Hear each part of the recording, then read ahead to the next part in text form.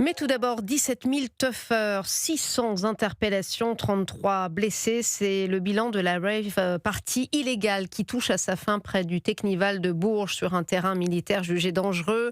Laurent Nunez s'est rendu sur place ce matin. Il a promis de se montrer plus ferme pour sanctionner les événements de ce type. Le ministre de l'Intérieur qui a redit sa volonté de porter un projet de loi contre ces fêtes musicales interdites, Antoine Bienvaux. Oui, et Laurent Nunez fait ainsi directement référence à une proposition de loi votée début avril à l'Assemblée, mais pas encore par le Sénat. Objectif du texte, sanctionner plus facilement et plus durement organisateurs et participants de ces rassemblements musicaux illégaux. 337 événements de ce type ont été recensés l'an dernier. Laurent Nunez veut y mettre fin. Organiser une rave party maintenant, ce sera un délit puni de 2 ans d'emprisonnement, de 30 000 € d'amende. Ça veut dire que quand on identifie les organisateurs, on commence par passer par la case garde à vue.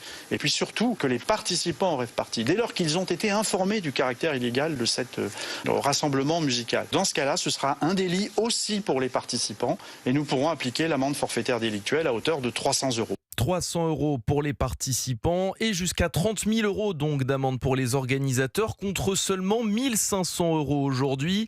Laurent Nunez espère ainsi une loi plus dissuasive alors que 600 verbalisations ont déjà eu lieu à Bourges depuis vendredi.